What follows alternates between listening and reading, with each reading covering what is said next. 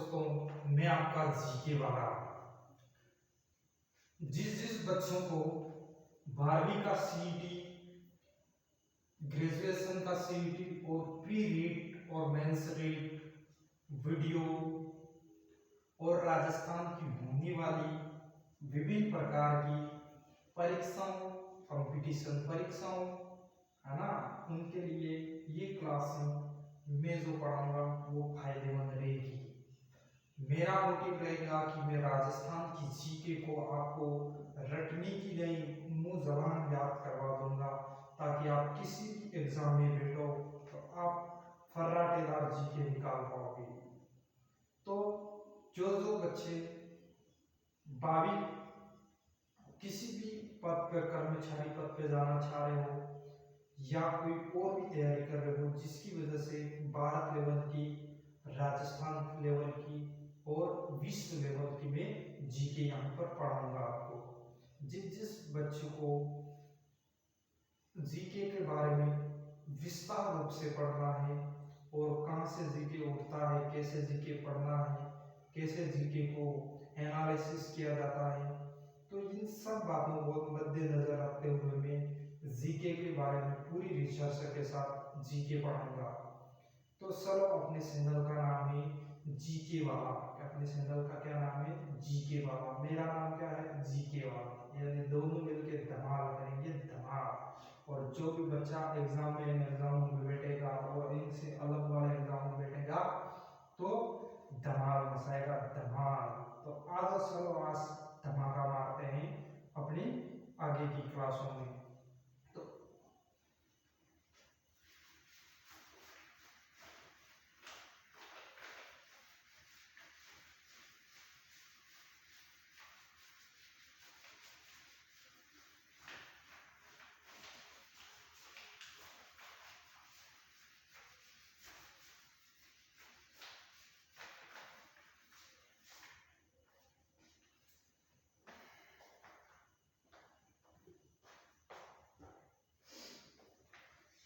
तो स्टूडेंट, आज हम सामान्य राजस्थान के बारे में जनरल चर्चा करेंगे।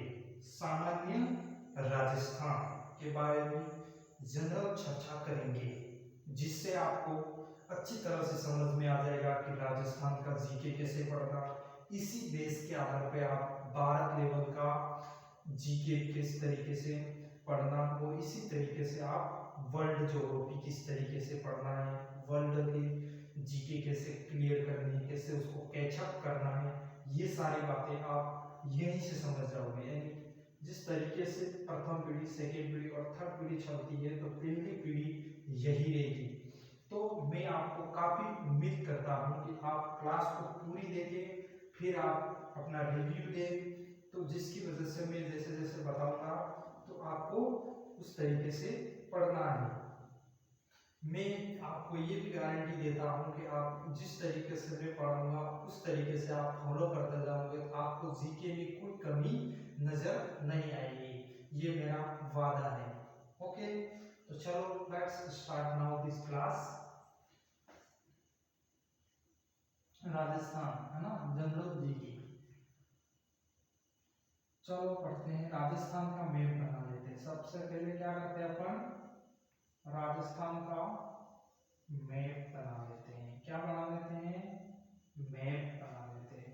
तो दोस्तों, अपना ये राजस्थान का मैप बनकर तैयार हो गया है।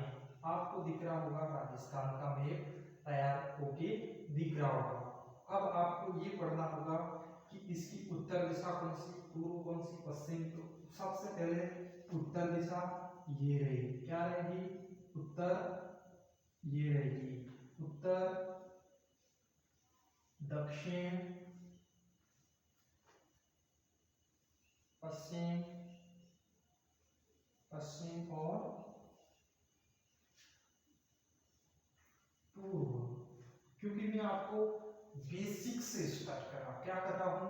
बेसिक से स्टार्ट। इन क्लासों को अच्छी तरह से देखने पर और पूरी देखने पर आपको समझ में आ जाएगा। क्योंकि अभी तो आपको लग रहा होगा कि मैं तो इतना तो जानता हूँ, जानते हो, लेकिन अपनी वाली भी देखो एक बार, फिर आपको पता चलेगा कि आप जीके के मास्टर हो या अभी तक तो आप किसी अंधविश्वास में फैले हुए थे कि एग्जाम को किसी भी क्लियर कर लेंगे, पर ऐसा नहीं। जीके थोड़ा टाइट भी है, तो इसको अच्छी तरह से कॉन्सेप्ट वाइज में पढ़ाऊंगा।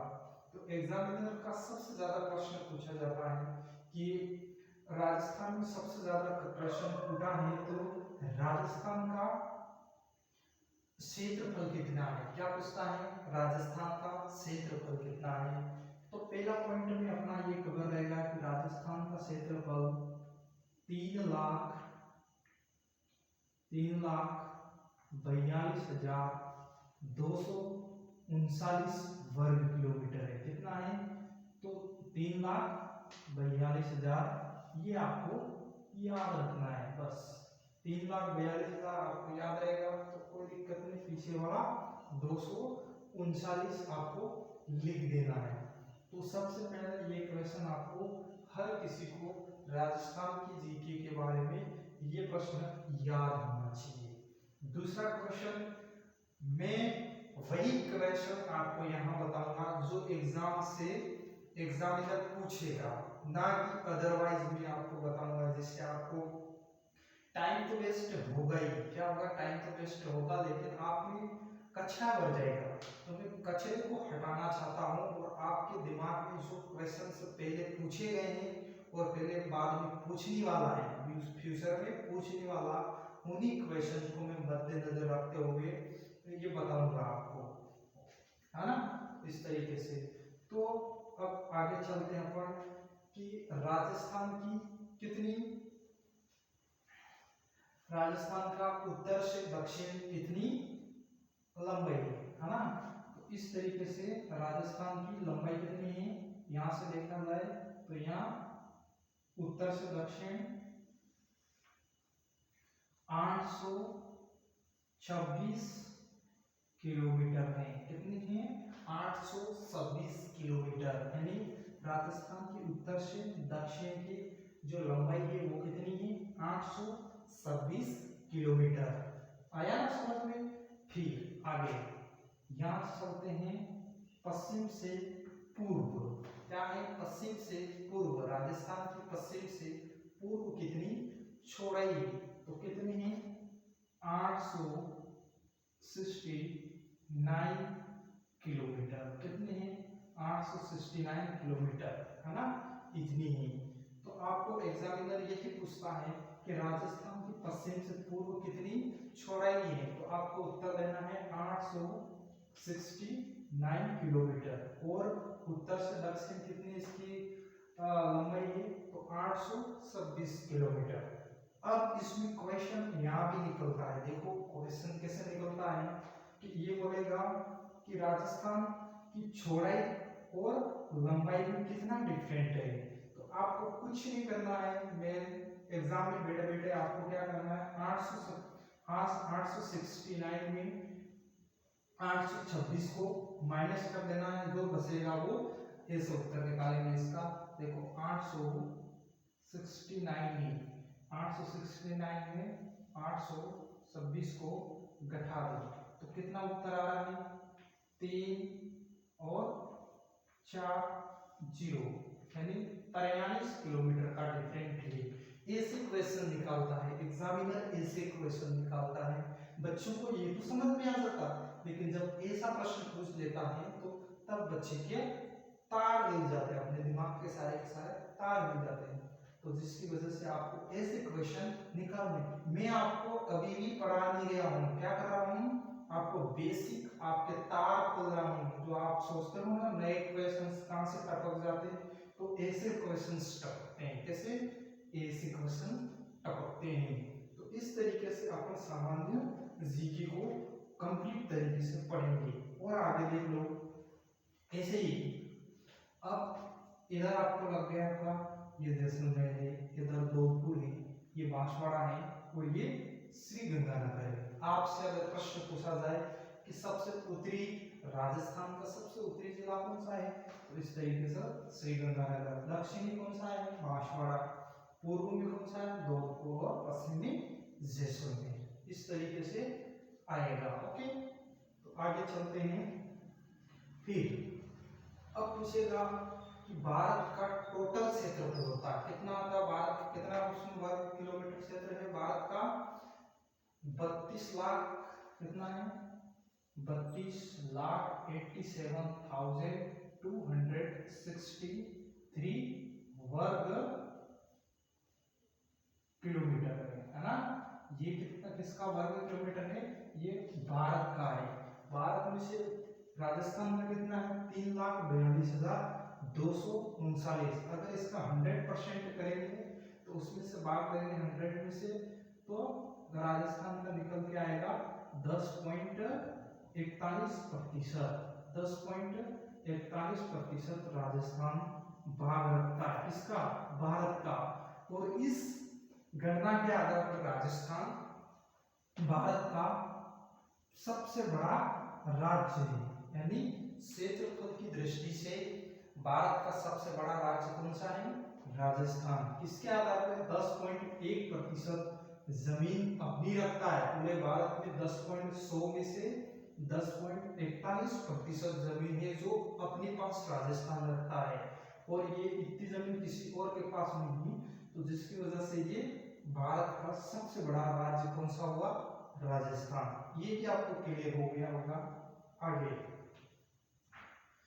आगे पढ़ते हैं कि इसमें ऐसे ऐसे क्वेश्चन आएंगे। फिर यहाँ पर राजस्थान को किस तरीके से और पढ़ सकते हैं, तो इसमें पढ़ेंगे अपन रेगिस्तान कहाँ है, तो ये वाला एरिया होगा, ये है ना, ये रेगिस्तान हो जाएगा। फिर ये हो जाएगा मैदानी भाग, ये हो जाएगा पठारी भाग, ये हो जाएगा दक्षिणी भाग, है ना। तो इस तरीके से अपन पढ़ेंगे तो काफी अच्छी तरीके से आपको समझ में। आज में से तो बेसिक पढ़ा रहा हूँ, आपको कोई उठा दें कि राजस्थान का कितना है ना, राजस्थान का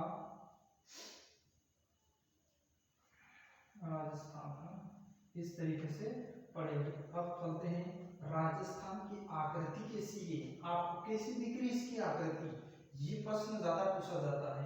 तो इसकी आकृति है विषम कोण चतुर्भुज। कैसी है, विषम कोणीय चतुर्भुज, विषम कोणीय चतुर्भुज, है ना, चतुर्भुज। आपको इतना भी ध्यान में आते ही आपका क्वेश्चन विषम कोण चतुर्भुज, यानी पता जैसा लगता है लेकिन इसकी वास्तविक डेफिनेशन क्या होगी, विषम कोण ये चतुर्भुज की तरफ राजस्थान का नक्शा दिखता है। इस तरीके से फिर राजस्थान का सबसे बड़ा जिला कौन सा है क्षेत्रफल की दृष्टि से, जैसलमेर है। क्या है, जैसलमेर है। इस तरीके से प्रश्न पूछे जाते हैं। फिर आगे की अपन पढ़ेंगे तो इसमें ये देखेंगे कि राजस्थान का, है ना, राजस्थान का सबसे बड़ा भूभाग कौन सा है, राजस्थान का सबसे बड़ा भूभाग कौन सा है। अगर डिवाइडेशन करें तो ये रेगिस्तान वाला मरुस्थलीकरण है ना, ये सबसे बड़ा इसका भाग ही, यानी कितना है भाग इसका 61.11%। अकेला का अकेला ये भाग रखता है। राजस्थान का सबसे बड़ा भूभाग कौन सा है, मरुस्थल, है ना, जिसको रेगिस्तान बोलते हैं। कितना है टोटल राजस्थान का, 100% में से 61.11% ये रखता है। ये क्वेश्चन भी काफी एग्जाम में पूछा जाता है और कई एग्जाम में पूछा गया है और काफी एग्जामों में पूछा जाएगा। तो इस तरीके से, और यहाँ पर पॉपुलेशन कितने रखता है, ये करीब 40% पॉपुलेशन इस रेगिस्तान में रहती है टोटल राजस्थान की। और जमीन कितनी रखता है, 61.11%। तो इसके आधार पर आप कह सकते हो कि रेगिस्तान में पॉपुलेशन कम है। क्या है, पॉपुलेशन यानी जनसंख्या कम है और वहां पर जमीन ज्यादा है। इसका भी कारण है क्योंकि इस भूभाग में बारिश नहीं गिरती। क्या नहीं गिरता है, बारिश नहीं गिरती है। तो जिसकी वजह से अगर पानी वगैरह की सुविधा नहीं होगी तो वहां पर ऑब्वियसली लोग नहीं रहेंगे, पानी कोई भी लोग क्यों रहेगा, उसमें कुछ तो सुविधा होनी चाहिए, लेकिन पानी ही नहीं, तो जिसकी वजह से यहाँ पर वो कम पाए जाते हैं। जैसे जैसे इधर इधर पॉपुलेशन आती जाएगी, जैसे जैसे पानी और अच्छी जमीन आ जाएगी, तो यहाँ पर जनसंख्या बढ़ती जाएगी और यहाँ के लोग ज्यादा होंगे और यहाँ पर जमीनें कम हो जाएगी, है ना। तो इस तरीके से क्वेश्चन पूछता रहता है एग्जामिनर। हाड़ौती का पठार आ गया, यहाँ पर आएगा अपना, फिर अपन पढ़ेंगे ये भाग रहेगा ना, ये भाग रहेगा, वो अपना क्या रहेगा, अरावली रहेगा। क्या रहेगा, अरावली। क्या रहेगा बेटो, अरावली। अरावली, अरावली को भी अपन कितने भागों में बांट के पढ़ते हैं, 1 2 और 3, है ना, 1 2 3। जैसे बोलेंगे अरावली, मध्य अरावली और पूर्वी अरावली, इस तरीके से पढ़ेंगे इसमें।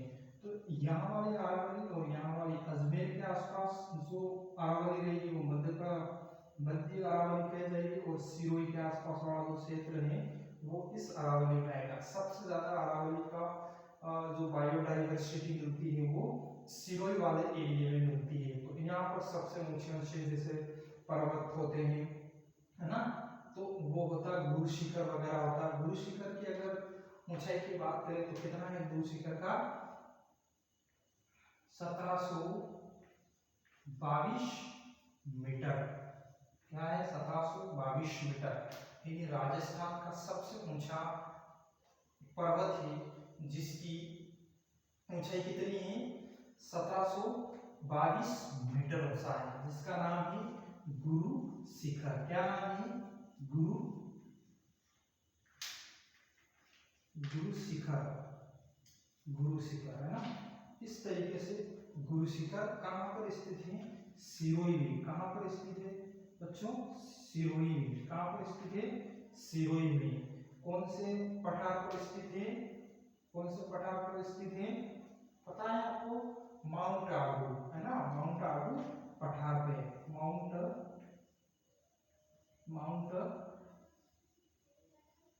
आबू। तो आपको काफी चीजें इस तरीके से समझ में आएगी, जिस तरीके से अपन पढ़ेंगे, है ना। तो आपको मैं फिर से बता देता हूँ कि मैंने ये सारी चीजें आपको बेसिक के लिए बताई है कि इस तरीके से अपन पढ़ते रहेंगे।